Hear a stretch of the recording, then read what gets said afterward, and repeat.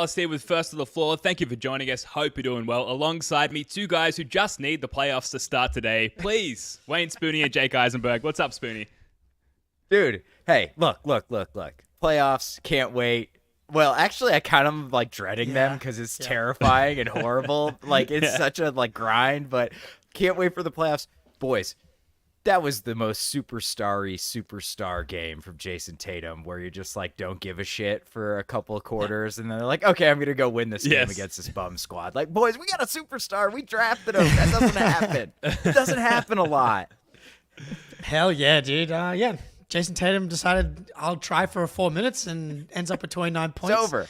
Which he got 29th point from somewhere, I'm not sure where, and ruined my parlay, but that's where we're moving on. We're on to bigger. We're on to bigger. It's not like he shot any threes late either. I have no idea what happened, but 46-12.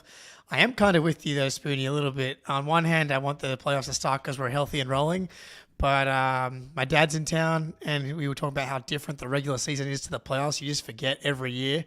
You know what's nice? Regular season team winning 65 games, 80% of your games. You just roll out of bed. You win all your games pretty much. And the games that you lose, they don't matter at all because there's just your brain can't comprehend only 20% of what's happening. So it's all wins as far as I'm concerned. Yeah, this is the calm before the storm. 12. 46. 45. 46 and 12. Yeah, it's losing count. We're literally losing count of the wins. It's crazy. But it is the calm before the storm, emotionally speaking. Like we always, they talk about the ramp up physically and conditioning wise for the players. There's like a mental health ramp up, I think, for the hardcore fans of just like, okay, it's coming. If you look back at our highlights from our playback room streams from last year in the playoffs, particularly the first two rounds, it's just like us sweating balls for the entirety of each game, each series. And it's going to be that, I think, tenfold this year with the expectations, the lofty expectations on the team. So it's a ramp up for fans in that sense as well. But look, tonight we're going to get to look at the crazy, difficult stretch of games that are coming up for the Celtics, possibly the most difficult stretch of their season so far, before they make a turn onto easy street for the rest of the regular season. But before that, the Celtics, they are amazing. But what, guys, are their weaknesses? If they are going to lose at some point in the postseason, why might that happen? You can call it nitpicking. I might call it fandom, self-awareness. But very quickly, hit that like button before we get started here. And please subscribe to the First of the Floor YouTube channel. We just hit 3,000 subscribers. Now 5,000 is in our sights. The outcome for you is just more Celtics content in your life, which is pretty great, I think. You can also check out Spoonie's column, 3-Leaf Clover, on Celtics blog. Spoonie, you've got something coming out tomorrow, I believe. I think so, as long as I finish it after we're done here tonight. But yeah, I'm breaking down basically just like the overall impact of Peyton Pritchard and Sam Hauser. It's a pure bench 3-Leaf Clover. And then just like the defensive genius of Al Horford. And then the third thing, I think I'm just going to talk about like Joe Mazzulla. What a legend. What a G. He just had that video with his wife today, too, who's a West Virginia legend. She was a local reporter here, so everyone in West Virginia loves his wife, too, Cammie. So, just like Al, Sam, Pritchard, and the Mazzullas, baby. So 3-Leaf Clover, hopefully tomorrow. Hell yeah. Well, look, the link for that will be in the description, as is the link to our playback room, Celtics Playback Watch Parties, playback.tv/Celtics blog. Come and watch Celtics games with us. And lastly, join the Discord. That has truly become this like hotbed of Celtics sickos, chopping it up 24/7. Yeah. You can hit us up anytime on the Discord, by the way. If you do join, you get access to our run sheet and some behind-the-scenes stuff. And you can recommend segments, which is exactly what our guy RJ did, and that's why we're talking tonight about the Celtics' weaknesses. So shout out to RJ for that recommendation. I've talked enough. Jake, why don't you kick us off here, man? Oh, boy. This team is fucking amazing, but where could they improve? It is hard, especially in the midst of a 9-game winning streak, to take yourself out and be like, we can never lose again. These guys. Yeah. So how exactly does it happen? And I mean, it kind of, you guys have got some great stats in the run sheet here, and we saw a little bit of it in the Sixers game when teams go to a switch everything defense.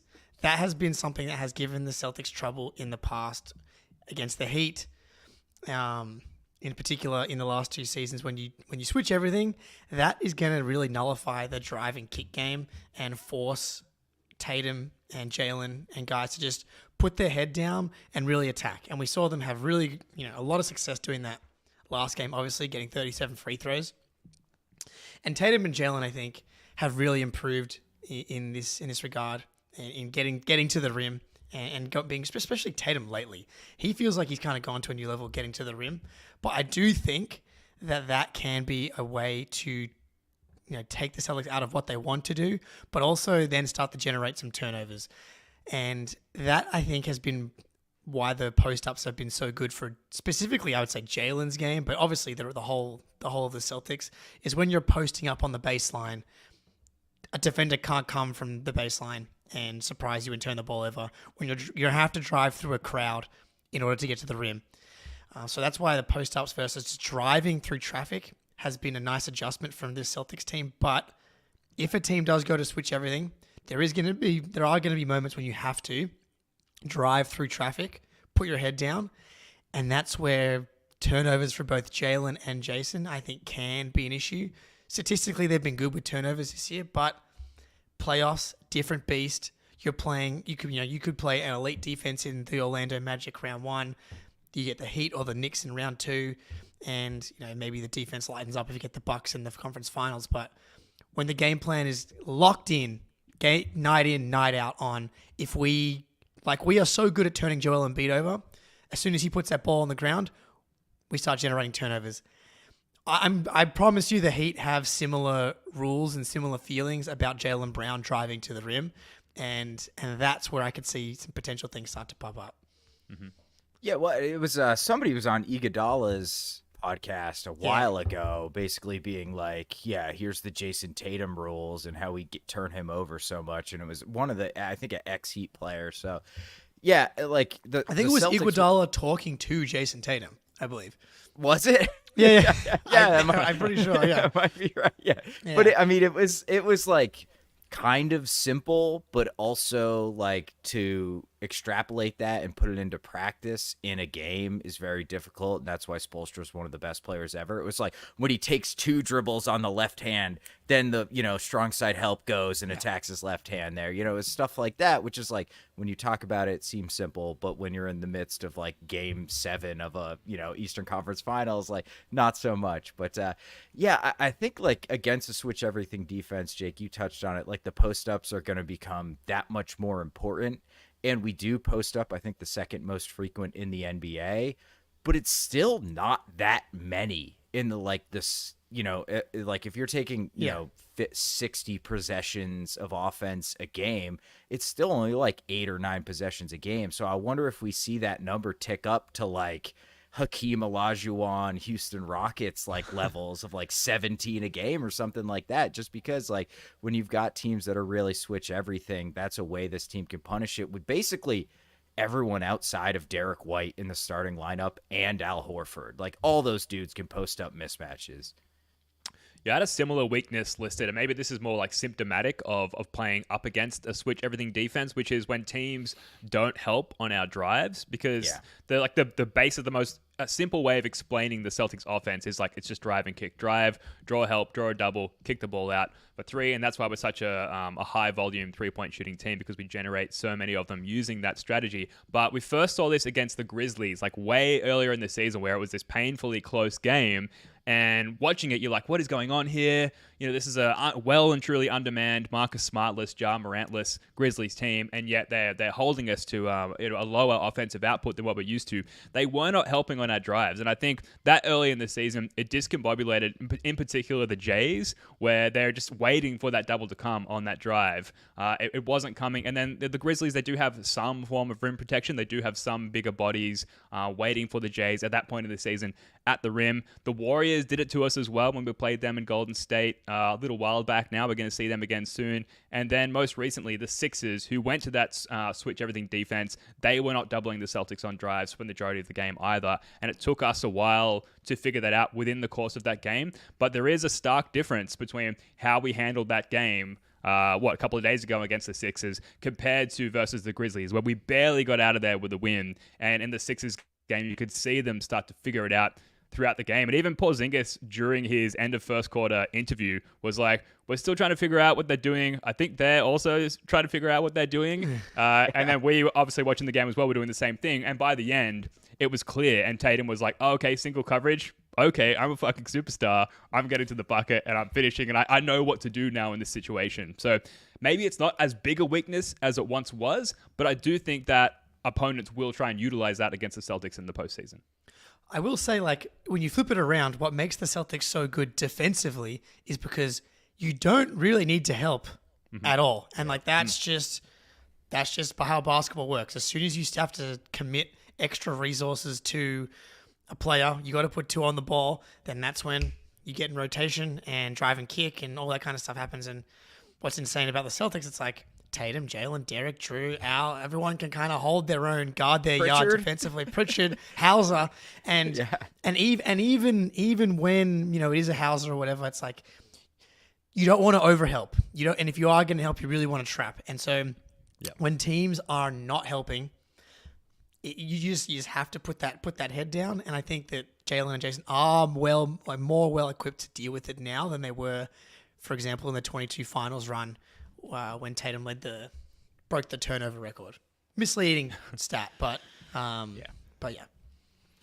And I think Jalen especially has been doing a really good job. Like you saw it in that Knicks game where they were just shading so much help towards Tatum. So they were like playing Tatum with a lot of help defense, but they weren't playing Jalen that same way. And then like he was just putting his head down. He was just putting his shoulder into people and he was just getting buckets. And, you know, when you're not going to bring help against Jaylen Brown, like the way to beat Jaylen Brown is to send lots of help from different angles and turn him over. Like you don't let him go one-on-one, Thibodeau, you moron. But who am I to say? But and it was, you know, carved him up. So 30 points, no big deal. But I think that you're definitely right, Ben, that was definitely a problem in the beginning of the season. I think after that Grizzly game, we talked on the podcast, like, I bet we see teams defend the Celtics like that more often throughout the season.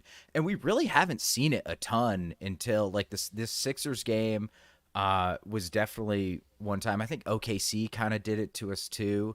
And they just have better defensive personnel than definitely that version of the Knicks without OG, and certainly that version of the Grizzlies. So, and as long as those guys like understand that the help's not coming, because again, it's difficult. Like it's easy to say like, hey, the help's not coming. But when you're so used to like those reps, like every time I get to the rim, the big guy's coming over, the corner help's coming, and I can just hit that pass. It's tough to like change your mindset and just like, no, just go up because it's not going to be there. So I think they've done a great job. And I especially like shout out to Jalen, who's just been like feasting against that type of coverage often because he doesn't get it all the time. Or rather he gets it far more often than Tatum does. Wherever they help on Tatum, there's like 4 guys on Tatum every time he gets to the rim. But I think it kind of like leads into one of my weaknesses. Again, this is nitpicky stuff, right? But like the Celtics don't pressure the rim nearly as much as the other top teams, right? So we're talking about like, hey, don't help make the Celtics pressure the rim. Well, we're 27th in points in the paint, 27th in field goal attempts at less than 5 feet, and 28th in drives. So I think that kind of flows into like just make them be uncomfortable by pressuring the rim, you know, taking these long drives from outside the 3-point arc and like take several dribbles to get all the way to the rim and hope they screw something up. Yeah, so I was thinking about those numbers and like thinking about the Celtics offense as a whole. And so much of their offense is kind of like someone sets a ball screen for Tatum or Derek or whatever, and then they find someone on a pop or they find someone on a roll. And I'm not 100% sure how the tracking data works, but I'm guessing that doesn't count as a drive, right? So it's like when you find when Tatum finds someone on the short roll, that's not a drive. And so much of the Celtics offense is predicated on finding guys on the short roll, finding guys on the pop, and then kind of going from there. So like, yes, they're not attacking, you know, the rim in that way, but they are putting pressure in the paint and forcing guys to collapse a different way. And then just like more broadly, philosophically, like with drives, obviously Jalen and Jason, you want driving, but it's like of the personnel on this team, who do we really want driving more? It's like talking about the turnovers. I mean, Jrue Holiday's kind of become the favorite child of the Celtics over the past kind of few weeks here, but We saw him kind of running the offense a little bit down the stretch here. He is prone to making some of these questionable decisions and stuff with the ball in his hands. It's like outside of Jalen and Jason, yeah, Derek White, he can drive as well, but also like if you're in a switch everything defense, he can, as long as he's got the right matchup. But if you've got the right defender on D White, he doesn't quite really have like the explosiveness, athleticism to really just dust guys off the dribble in the same way that Jalen and Jason do. And then obviously Pritchard, Hauser, and Horford aren't going to be guys that are like consistently driving as well. So outside of Jalen and Jason, I think it's like the right philosophy to play that their way that they're playing is like to pressure the rim. You want to find guys by passing. You want to use Derek and Jrue and Al to roll and to pass into the roll. And that's where you get those paint touches as opposed to forcing Jrue to drive from the perimeter in that way. So that I like the point, and I think it's something that people like to look at from a Celtics perspective, but I think that it doesn't actually play to the strengths of the personnel on the roster. Yeah, those numbers, rankings as far as drives and points in the paint, surprisingly low to me as well. So, Jake, it's interesting how you illustrate it. Like, there's still plenty of paint touches via our post-ups. Spin zone, baby. Spin zone. Yeah, you had that in the holster, ready to go, which I love. But this is an interesting point along those lines as well. So, obviously, we look at those low drive and point in the paint numbers, and despite that, our offense is still very good. In fact, it's the best in the league. Defensively... Yeah, best ever. Great. So defensively, though, also, I think at the moment we've got the third ranked defense in the league per cleaning the glass. But our turnover percentage, our ability to force turnovers from our opponents, 28th ranked currently on the season per cleaning the glass. But, is it an actual weakness? And there are some flow-on stats from that. So obviously we don't turn the ball over or force turnovers, much rather. And subsequently, we're 22nd ranked overall in transition frequency. We don't get out in transition that much compared to the rest of the league. We're 24th ranked in transition frequency off live rebounds. Even though if you think, I guess, anecdotally about our experience watching the game, it feels like they get out and run quite a lot. And yet, compared to the rest of the league, they don't. And a huge part of that is that we just don't turn other teams over all that much. And yet, similar to the point on the offense, the defense is fucking awesome. So is that a weakness, or is that just a symptom of the way that the Celtics play defense? I think it's one and the same, right? It's certainly a weakness. You want to turn teams over. But a lot of those Nick Nurse, mediocre Raptors teams who are 43 win type teams, they turn teams over a ton, but it's because they were gambling so much that they also got shredded in the paint. So I would like the Celtics to turn teams over more. I actually think it's kind of crazy that they're so low in turnover percentage with the defensive personnel that they have, but also clearly Missoula has drilled into them, stay in front, don't give up drives, don't let them crack the paint off the dribble. If they take a pull-up mid-range or a pull-up three and it's kind of a half contest, that's okay. We're happy with that. We're a great defensive rebounding team, except for the last 3 weeks. But we'll just deal with it that way. It's also part of the reason I don't want to jump on anybody's stat if they have this, but we also don't foul basically ever. And that's the part of the reason is the philosophy of we don't really try to turn teams over. And we just kind of keep people in front of us. And it's probably an extremely frustrating, defense to attack because there's just not a ton of openings, man. There's just not a ton of easy shots. And if you have a guy who gets hot from mid-range, yeah, you can light the Celtics up, or a guy who gets hot on pull-up jumpers. We saw it with Shea, right? He lit us up from that mid-range, deep floater range, stuff like that. We concede those shots, but otherwise, dude, there's just no gaps in this defense. Even when you were talking about that, Ben, you go ahead. Well, I was just going to say, we almost need to qualify every quote-unquote weakness with, this team's fucking awesome. And the chat is doing a really good job of, as each of us are describing what we, theorize are these weaknesses, the chat are no, it's because of this. Ty Coffee in the chat was just as I was talking about the defense, he was no, that's because we have to stay home and we don't have to gamble. And it's there's just an immediate, this is exactly why we can justify that as a statistical weakness. It's not an actual weakness. It's just a symptom of the way we play. So, and this is, early on in the segment, guys. Suffice to say, the team's pretty great. And we really are nitpicking here. It's like this team's not perfect, and we want to try and figure out and as the Celtics are trying to figure out as well, right? Like they're trying to figure out how they can get better, just like we are. And so I think it's a fun exercise to do, but like obviously, like we know, they're the best team in the league for a reason. And like, okay, they're not generating turnovers, but they're generating misses, which I would argue misses are far more valuable than generating turnovers, and misses are kind of like turnovers as well, right? Like if you're running off misses, you can kind of get out that way. And I will say, like, a good point, Spoony, on that Raptors team, and a thing that a lot of regular season teams do, a lot of teams do in the regular season in order to like boost their offense or defense is gamble for turnovers, offensive rebound, like crash the glass hard. Hello Tibbs, and hello that Raptors team as well. Hello that regular season Grizzlies team. So like offensive rebounds, turnovers, and transition are three things that if you really hello Pacers, if you focus on those three things in the regular season, that can like really give you an edge on a night-to-night basis over an 82-game season. But once the playoffs start and teams are completely locked on, it's like offensive rebounding, that starts to like go away. Transition like evaporates completely because everybody's getting back on defense. And so you take that stuff away, what do you have left? Which is why the Grizzlies have always really struggled offensively in the playoffs.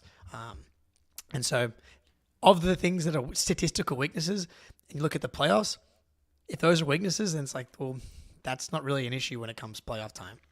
Yeah, we're playing playoff style basketball already. Like that's just how we play. Like it's just tailor-made to win in the playoffs. And I'll say on the transition numbers really quick, the Celtics don't kill you in pure transition, but they kill you in semi-transition where KP runs down, Tatum backs it out, and it's like, oh, we got a cross match. Like Duncan Robinson's on KP. Like, let's back it out. It's technically a half-court possession, but it's because they ran the floor hard, sort of in transition, that they like get that cross match, get the mismatch is easy too. So like we do it. Like I think that's why our perception is that we run more than like the numbers say. Because like just anecdotally, right? Like I have almost never yelled at my screen this year, like hurry up. Like how much over the last 2 years in particular has it been like, oh my God, dude, just please go. Dennis Schroeder, pick up the ball. Yeah, and like we haven't done that. Like I personally have not done that. A lot of you guys are in the playback room. Very rarely are we screaming like, hurry the fuck up. And it's just like they're moving. They're surgically sped up, I guess, is maybe what they're doing, right? Yeah. Interesting you use that word surgically.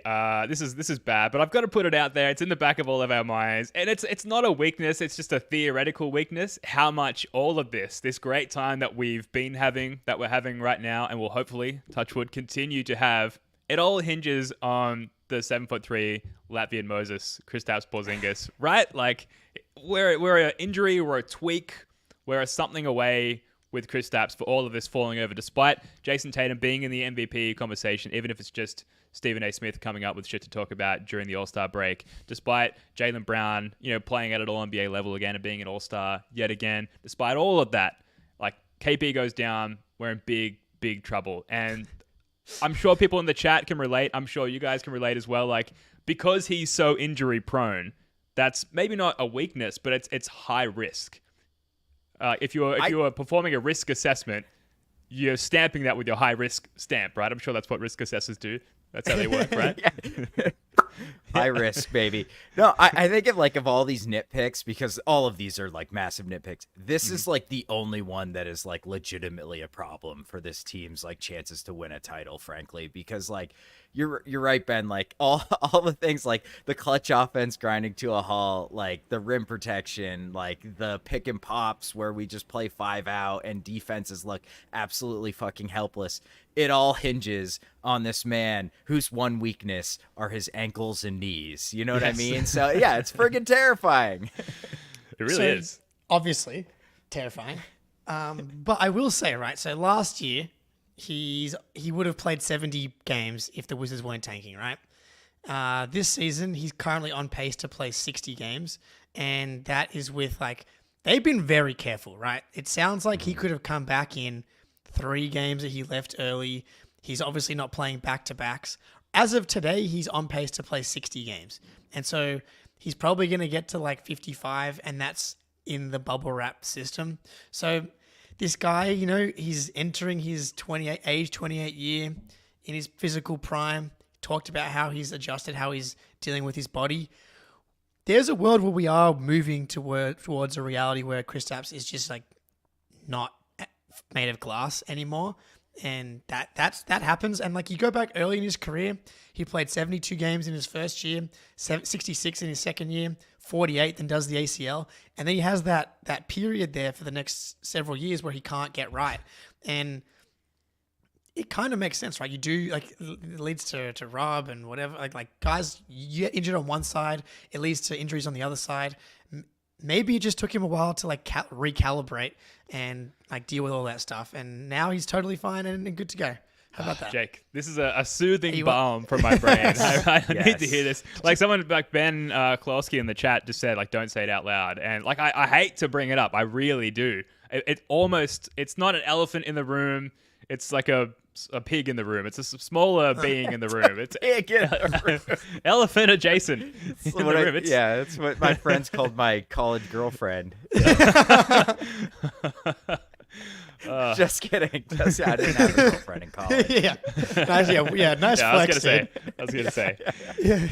I can't believe this like weaknesses segment has gone on so long. I'm pretty well out of. I mean, some people in the chat just quickly on Porzingis have called out like defensively, him playing too deep in drop in the playoffs. That could be attack. We did kind of address that on the last pod, like after the Knicks game. So we probably don't need to go too deep into that, but. That we've shown our versatility on both ends, and particularly the defensive end, where we've got answers to that, both with Porzingis and adjusting how he defends at, to what level of the screen he comes up and defends the screen, or if we just take him out entirely and bring in Al, or hopefully down the stretch Xavier Tillman as well. So I don't know how deep we need to dive into that, but it's potentially a weakness also.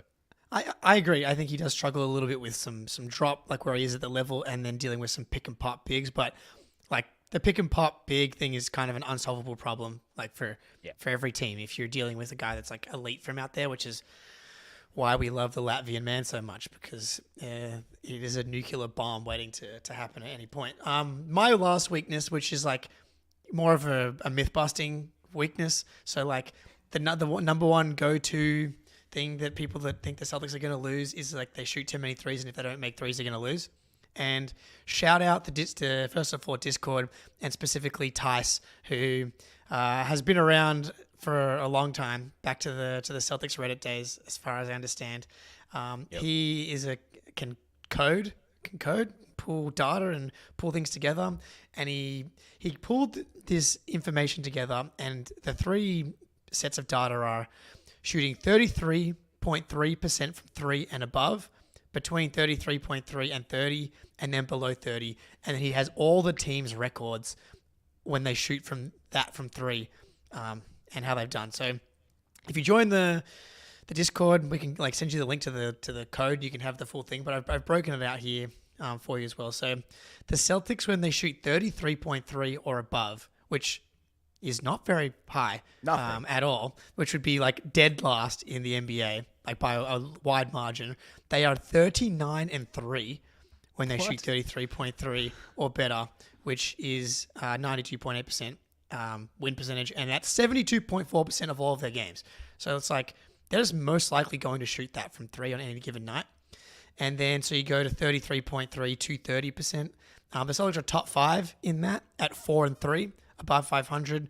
And it's just kind of a small sample for most teams. But now this is the most interesting part that everybody, makes fun of the Celtics for, is below 30%. If they miss their threes, what happens? The Celtics are 3-6 in games where they shoot below 30%, which, like, let's have a look at some of these other teams. The Nuggets, 2-9 when they shoot below 33%. Yeah, shocking. The Thunder, 2-6. Mavs, 1-7. Heat, 3-5. Knicks, 1-7. Pacers, 2-11. Talk about 3-point reliant. The Pacers transition regular season, like, that's who they are. Kings, 3-7. Cavs, 4-6. Clippers, 4-6. The two teams that are like up 500 or above, Bucks are 5-5, I believe. And look, part of that is just Giannis, right? Like, when your best player is Giannis, you're going to have the ability to kind of play a different way. And then the Lakers are 6-5, and that is because Adam Silver has decided that they get lots of free throws, and so that's the reason that they are 6-5. And the other team is Warriors, who's 4-4, but that's just kind of a weird statistical outlier. It looks like because they're 1-6 in games where they shoot between 30 and 33. All of that to say, if you're going to shoot below 30% from a three, most teams are going to like lose on a given night, assuming the other team shoots like a normal percentage. Yeah, and like those Bucks, one, they've had a cupcake schedule that's toughened up, but I bet a lot of those wins are from the first part of the season. And two, yeah, I mean, like Giannis is just absolutely insane. He doesn't really make threes, although he kind of is shooting them a little bit better this year. So he's 40% on threes, which is weird. I know, but he just when he takes them, it's like we won, but he's actually kind of making them this year. But this goes into like perfectly my last nitpick, which is like sometimes the Celtics can get baited into bad threes. They lead the league in above the break threes, 7th in accuracy, which is actually pretty damn good for their volume. But, we're nitpicking here. First in the amount of pull-up threes and 12th in accuracy. Like, I don't really truly believe this is a problem. But, I guess if you're, prone to be a doomer and you look at that below 30% record and you think like, oh my God, that's the way, like 3 and 6. Hey, that's going to lose you a series. If you win at that winning percentage, and like with the types of threes they can sometimes take, maybe that's how they, bow out in the playoffs. I don't know. I don't really buy it. I actually think for the most part, they take really good threes. Even the above the break threes, like they're catch and shoot off Porzingis, and like the pull-ups are Tatum and Brown and Derek White walking in, and Jrue Holiday walking into like wide open pull-ups. But I guess like there's an argument there. Yeah, that feels like the way that the Heat might suck us in and try and force us into our worst habits. But again, it feels like we are just so self-aware as a team that we're more aware of our bad habits than anybody else, and aware of what teams do to try and draw us into those things. So while I think teams are going to be very cognizant of that, I feel like we've grown out of it. So maybe it's just something I tell myself every night before I go to sleep. But I mean, that's why I guess we've been like exponentially nitpicking with this segment as we try and work down the list of potentially what their weaknesses might be. But it's definitely something to be aware of, and hopefully the Celtics, I'm sure they are. Hopefully they're aware of it as well. Should we talk about how awesome this team is? I feel like we need a cleansing before we move on. So very quickly, because obviously they're great, but I think it's a healthy thing from a fan perspective, especially like now it kind of feels like, correct me if I'm wrong here, guys, but as far as regular season enjoyment, we have hit a bit of a ceiling. I think we feel like we know everything there is to know about this team. So why not like study the back of the book and try and understand like what their downfall might be. So just to wrap on this segment, a reminder of how awesome this team is. 46-12, a 9-game winning streak. Your best player, for better or for worse, probably for worse, he is in MVP conversation. That's always fun. Or maybe it's not, based on some of the discourse on Twitter. We've got the first-ranked offense, the third-ranked defense. We're first in defensive free throw rate, which you mentioned earlier, Spoonie. Second in defensive effective field goal percentage. Third in offensive effective field goal percentage. Fourth in turnover percentage. Dunks and threes have us on a 64 win pace and a 99.9 probability of finishing with the first seed. We're fourth in accuracy at the rim, fourth in accuracy from three, first from the corners. It goes on. I'll stop rattling the stats because honestly, there's like pages and pages of these where you're just like, oh my God, this team rules. Anything else that you would add to that, guys? I have one really quick stat that I just found today when I was messing around at cleaning the glass. I tweeted it out. On 2 days rest or more, the second best team in the league is plus 9.5 per 100. The Celtics are plus 20 per 100 possessions when they get 2 or more days rest. Dude. Like they're murdering teams when they're rested, and that just means because everybody's playing, and this it's just like we talked about it last show I was on. It's like, what do you do to stop this team offensively? I have absolutely no idea. There are no solutions. And then you look, and they're also an incredible defense too. So like, this feels like the year, man. It does. I think it's going to be hard statistically to see it before it happens, but I am starting to really believe in like the Celtics defense, and that being like the thing that really takes them to. We talked about, can we go to another level? And like, it's hard to say they can go to another level when they're already historically great. But there's a couple of guys on this team defensively that, like, coasting maybe is a little strong, but, like, when they dial it up, it's like a completely new level. And Tatum is maybe at the top of that list, and then Horford as well. Like, I think he just gives you this playoff owl, baby, playoff owl. Like, you talk about the playoffs and how important it is to be versatile and how you can play the matchups. Al Horford, I think, can really be a piece that is like a queen on a chessboard. Like, he goes a bunch of different ways, and lucky for us that he does go those multiple ways. But yeah, that versatility piece, and I think just Tatum turning into, like, I think this might be the year where people maybe finally, like, give him the credit for what he's capable of defensively, because I think that he might go to a place defensively that he hasn't quite been before, and that's what I'm really, like, latching onto. Raptors Kawhi. Yeah. Yes. Raptors Kawhi. That's the guy. Yeah, absolutely. Right It's there. a great comp. Great comp. Bring on the playoffs, man. Like, we're so ready. We've studied all the scrolls. Like, we're at this point, right, in the season where we're just hardcore nitpicking on the team, trying to find quirks with them that kind of exist, but probably won't be real problems in the playoffs. But bring on the playoffs. Look, we're going to come back in a second and talk about the difficult upcoming stretch for the Celtics. But first, a quick word from our sponsor. First to the Floor is proudly brought to you by Prize Picks. The NBA playoffs are rapidly approaching and the action in the Eastern and Western Conference standings is heating up. Whether it's the battle for the second seed in the East or the fight to stay out of the play-in bracket, there's no shortage of high-stakes basketball this time of year. Get in on the excitement with Prize Picks, America's #1 fantasy sports app, where you can turn your hoops knowledge into serious cash. Want to play alongside some of Prize Picks' favorite players like Meek Mill and Sugar Sean O'Malley? You can now find community plays under the promos tab of the app to view entries from some of the biggest names in the Prize Picks community each week. Prize Picks even offers injury insurance so that your entries stay in play even if one of your players gets injured. Quick withdrawals, easy gameplay, and an enormous selection of players and stat types are what makes Prize Picks the #1 daily fantasy sports app. I've been having a lot of fun with the Prize Picks app, particularly with prop picks for the Celtics. I feel pretty confident making those less or more picks given how closely we follow the team, and it definitely adds an element of excitement to watching the game. Download the app today and use code CLNS for a first deposit match up to $100. That's a first deposit match of up to $100 when you download the Prize Picks app and use the code CLNS. Prize Picks. Pick more, pick less. It's that easy. So, Mavs tomorrow in Boston. Warriors a couple of days later, Sunday night in Boston. Then on the road, Cavs, Nuggets, Suns. 5 upcoming games, all very good teams. I guess the Suns are like the least good team in that stretch. Maybe the Cavs, which is to say they're all amazing teams. And this is, like we talked about on the last show, this is the part of, I'm going to use this analogy again, the Truman Show where he's like sailing off right before the producer guy turns off the weather. We're at the peak, the apex of the storm. I know the movie. I don't think Spoony's I've never seen the seen Truman it. Show. All right, yeah, it's probably falling flat as a reference. No, I got it. It's a great reference, and this is absolutely it's the last little stretch here that's really difficult, and yeah, this is exciting. Like, I think I'm excited to see how the Celtics manage it from a minutes perspective, from a rotation perspective. Do we see Tillman?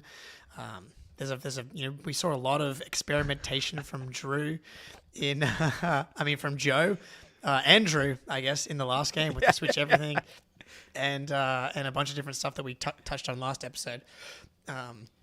So I'm excited to see how they handle it. The Mavs are coming in like on a tough end of the road trip. They had the buzzer beater loss to the Cavs, and they played the Raptors on a back-to-back, which they won. I just saw Luka's questionable with an ankle thing for tomorrow. He's always limping around, kind of floating around. So I think he'll play, and I think that everybody's going to be up for this one. I think Tatum takes these things like pretty serious. And the last couple games against the Mavs, like obviously in Dallas, they had the fourth quarter where Tatum and Jalen was essentially taking turns just hunting Luka down the stretch and cooking him over and over again. Yeah. And then last year, similar, like there was like the Luka Tatum MVP stuff, and we got that incredible highlight of Tatum stuffing Luka at the rim. So I think that they'll be up for this one. As you said, like 2 days rest, MVP, national TV game. I think that the fellas are going to be ready to go. Yeah, and the Mavs have been playing great, almost as good as the Celtics over this last month or so. Third best offense, eighth best defense since February 1st. But, fellas, I need you to check me here if I'm off base.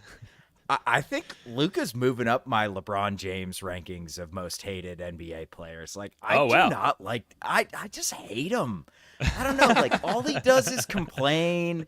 He's got the ball in his hand, like an absurd. Like, if you look at like the time of possession leaders, it's like absurd what Luka's doing, and his touches are so crazy. And like, kind of feel like there's some stat padding going there. Everyone leaves his team and gets better when they leave his team, and like everyone just slobs over him like he's the next coming of Magic Johnson. And it's like, watch him on defense, fucking embarrassing to watch that dude play defense. And then he's like up in ref's face and doesn't get technicals, and I don't get like, fuck that guy, dude. I just don't like him. I'm sorry. Like, I hope we kill him. I was about Not to say literally. the Mavs. yeah, we get you. I was about to say like the Mavs and the Suns have the least like narrative-based juice out of these next 5 games, because you look at Warriors, Cavs, Nuggets. It's like Warriors.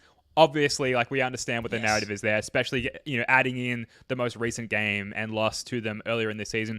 Cavs, they're second in the East. It's probably the narrative's more for them than it is for us, as far as like trying to prove themselves and gain one game back on us, even though it's ultimately not going to get them anywhere. Nuggets, it's the second game of the Denver Cup for the year. As Blop killing it in the comments. Thanks, Blop. So those games have clear narratives, right? And then the Suns and Mavs less so. Now we've got the added "let's kill Luka" Mavs narratives. Thanks to Wayne Spoonie here. The Suns, if you had to like formulate a narrative on that one, is it the fact that like Booker and Tatum have kind of been compared as peers since coming into the league at similar times? Is it the player archetype comparison of like KD kind of adjacent Tatum, and the fact that Tatum locked him down in the playoffs a couple of years ago? If you had to build a narrative out of the Suns game, Spoonie, what are you formulating there for the fans?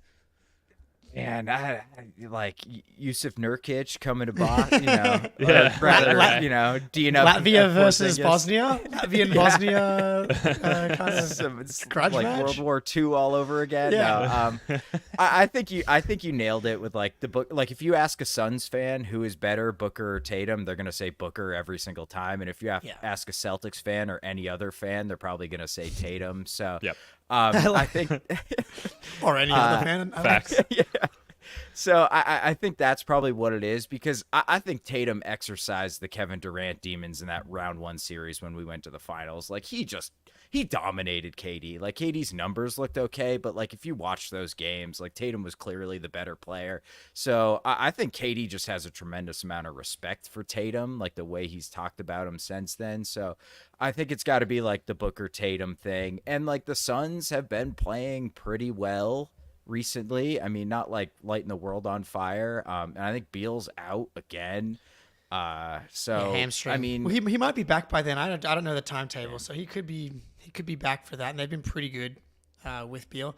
I think the narrative is more KD Tatum, because I think most sane NBA fans still have KD ranked higher than Booker, even if I don't know, they're kind of right in the same spot to me at this point. But I think KD has that kind of the legacy, the staying power.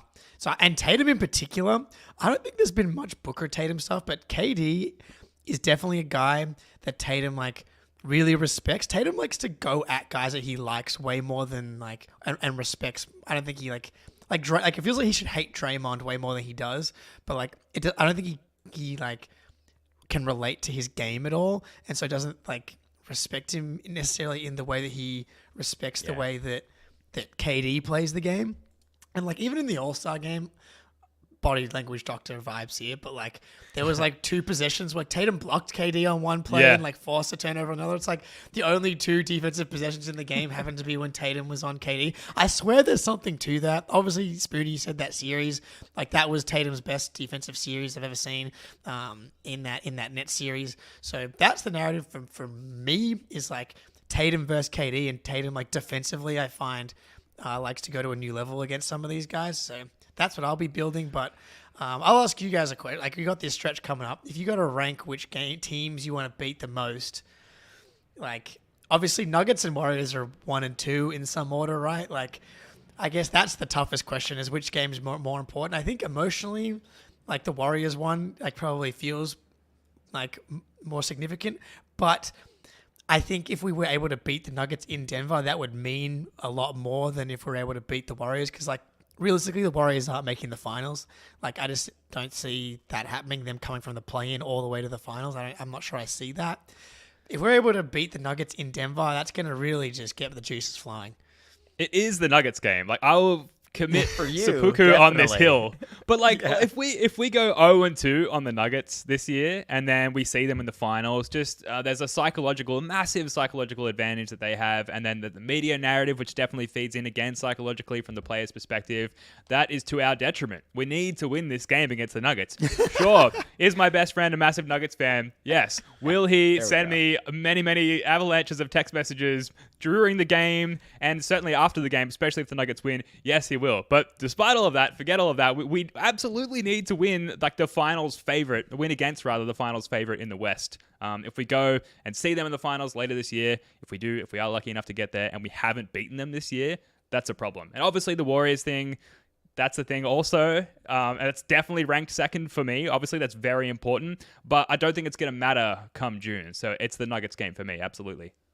Yeah, I the Nuggets are 1 for me. I got the Mavs at 2. Kyrie, Luka, dude, I hate these guys. I just hate them. Wow, I don't know. Really hates the Mavs. It's irrational. Yeah. Do we even have the odds for that game, man? I feel like the Celtics are going to be favored by like 10 points. I'm going to be pretty surprised if we lose this this Mavs game. Maybe that's why I don't think about it as being so big.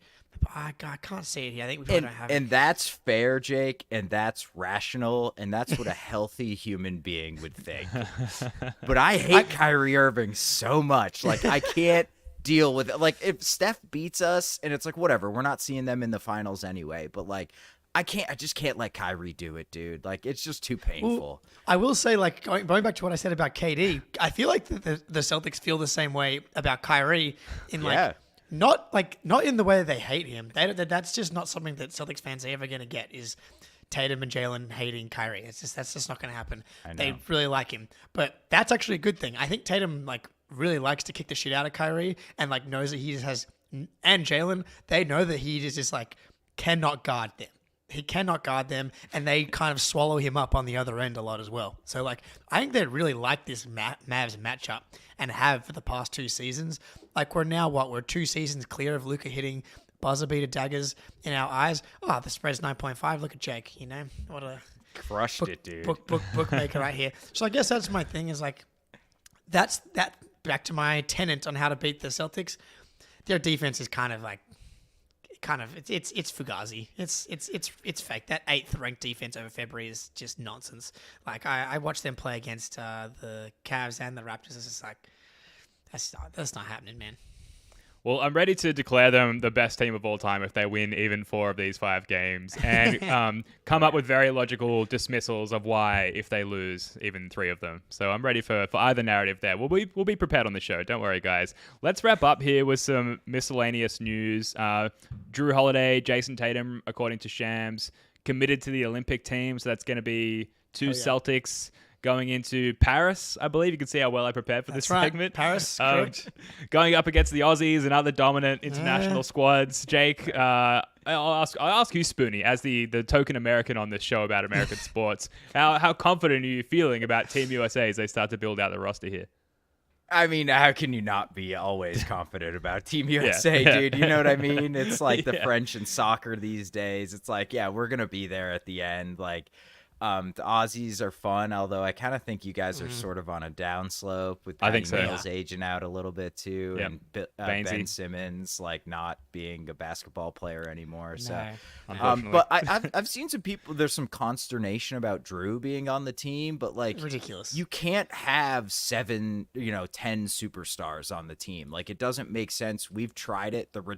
Not the Redeem team, but the team before that, back in the day when Pierce was on it, and Allen Iverson, it's Steph Marbury, and it was like an absolute disaster. Like, you need role players. Jrue getting a lot of good role player experience with the Celtics this year. Mm-hmm. He makes a ton of sense for me on this team. You know he's going to defend, and obviously, like, Tatum is like going to be USA basketball once KD retires. So, like, obviously he's going to be there. I hope he has another, like, the WBC, what he was just in. He was great. So I hope he kind of builds on that.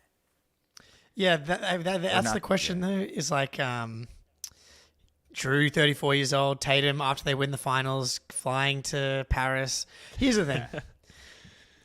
The US has not sent like the A+ team kind of in a while, and they're sending pretty much the A+. Like Steph's going. That's pretty crazy. Yeah, like dude, that's gonna be crazy. I'm pretty excited to see Steph play in FIBA Bowl. Like it's just not going to be fair. So like, if they send this team that they're planning on sending and they build the roster out correctly, because like as you said, Spinny, it doesn't make sense to put like Halliburton, Brunson, and like Steph. It's ironically like Jrue and Derek with Steph are kind of like the perfect guards to put on Team USA, like really easily. But so, you got Steph, Tatum, KD, Booker, it's just kind of insane. And so even LeBron at this stage, you're only playing like 2 games a week, and the games are shorter. Like there's a pretty good chance, I think, that they just like completely smoke everybody, and it's not exactly heavy minutes for these guys in the off season. I'm just Googling it, trying to figure out if Latvia have qualified for Olympic basketball. It looks like there's a qualifying tournament on later this year. Maybe it hinges on that. I'll certainly be cheering for Latvia to lose every game. And for Porzingis to go nowhere near. I know we've got Pete from Latvia in the chat here. I'm interested to see, or hear rather, how Pete feels about that. But we've got more important things to take care of as far as NBA championships are concerned. So love the great nation of Latvia, of course, and wish them lots of basketball success after the Celtics title window has closed. So we'll be monitoring that situation quite closely. Other miscellaneous news, Patty Mills bought out by the Atlanta Hawks. Oh, yeah. Otto Porter Jr. reportedly soon to be bought out by the Jazz, I believe, and an article came out a couple of hours before we went live here that the Celtics and the Clippers are sort of front runners to be signing Otto Porter Jr. in that sense. So, Jake, I already know. Actually, maybe I don't know your answer to this question, because Patty Mills, known Australian, great guy, excellent vibesman, quality vibesman. And then Otto Porter Jr., he was great against the Celtics in the finals a couple of years ago. He maybe still has something that he can give a team as far as a playoff rotation is concerned. Out of those two, what's your preference and why? It's definitely Otto Porter Jr. Like I've been on this like since day one. The guy that you're going to get in the buyout market is likely not going to help at all, but there's a chance. There's at least the slither of upside with Otto Porter Jr., who's only 30 somehow. Well, I thought he was 32. I said the other day on another podcast. I looked it up today. He's only 30, wow. And Spoonie's just left us here, but we'll get him. He'll be back. He'll be back. But Otto Porter, 30 years old, literally 2 years removed from being like a legit rotation guy on a finals team. Like, who's a buyout guy that you're going to sign that has any chance above like 1% that can actually help you in a conference finals game? And like Otto Porter might be the only guy.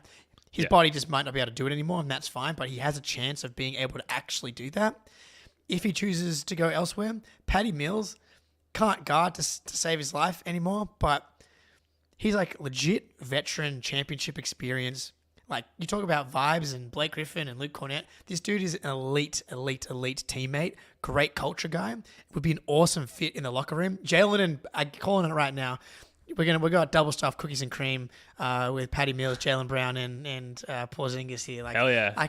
I can see Jalen and Patty Mills getting along really well, and so Patty Mills would be like right at the top of the list after Porter though.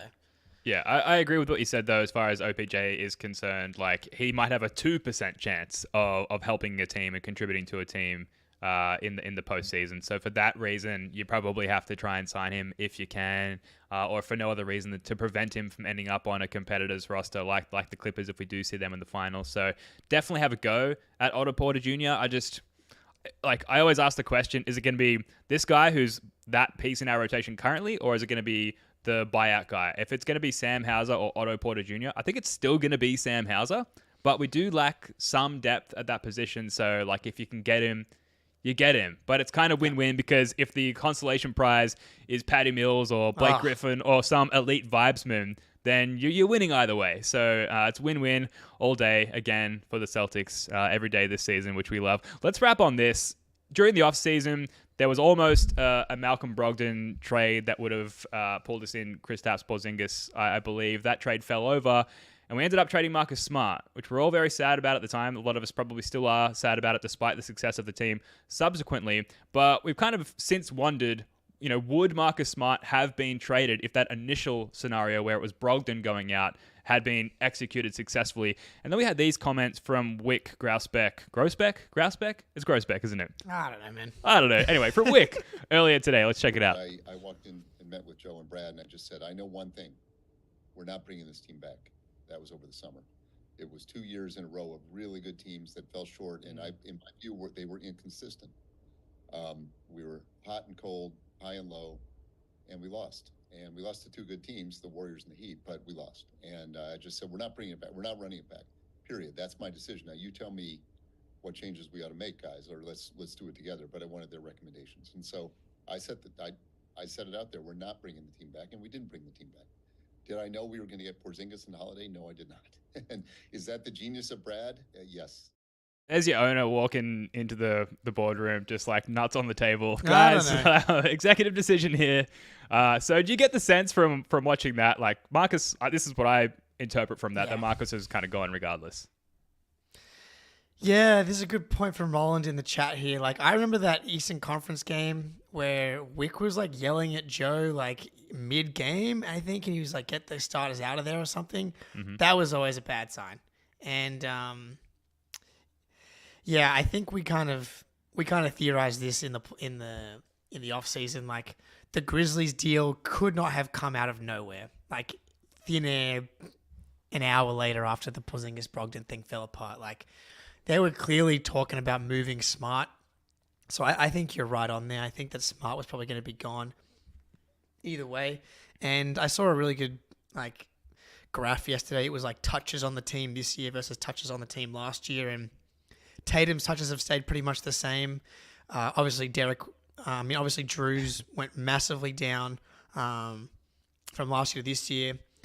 Porzingis has gone down. Derek, though, down from last year, up massively this year. And, like, if Marcus is here, it's just so much more it's so much harder to, like, realign the hierarchy in the right way. Like, just the way that the guy that he was politically, having Jrue and having Porzingis come in, having Tatum and Jalen, like, clearly be the two guys. And then, like, last year, Derek being third in minutes behind Smart, Brogdon, and not closing games, in hindsight, is kind of a disaster. Like, yeah. And so I'm not sure that ever happens without Smart leaving, and maybe they saw that. I don't know if I'll ever be poised enough and mature enough in my life to make a decision that difficult, like to assess the team's performance, to evaluate them to the degree where you fall on the decision to trade a guy like Marcus Smart. But like clearly, I won't say it needed to be done, but it's obviously helped things in the personnel that we've gotten in exchange, not to mention the multiple first-round picks. So we love Marcus Smart. We miss him every day, but things are good. Things are good. Now, let's wrap it up there. I feel kind of dirty for this one as Spoonie comes back for the outro. Welcome back, Spoonie. There he is. We're just wrapping it up. Perfect. Yeah. Well, look, I was just saying to Jake, I feel kind of dirty. You know, the subject matter of this show, going through the weaknesses and the vulnerabilities of this team, because they are so good and we love them so much. But, it's an off day. We're not reacting to a game. So that's what we got to do. And I think we all learned something. I hope folks in the chat, thank you for joining us. We all learned something as well. So this was a lot of fun. Thank you so much for joining us. Don't forget to join the Playback Room, playback.tv/Celtics blog. That's going to be active tomorrow night for the Mavs game. We'll be back on this channel live after the Warriors game for Celtics Late Night, where we will be joined by Wayne Spoonie for, I think, the third time ever. So better subscribe to the channel so you don't miss that. We have to win. We have to win, absolutely. Yes. Yeah, keep the record going. Spoonie, Jake, love your work, guys. Until next time, go Celtics. I love the Celtics!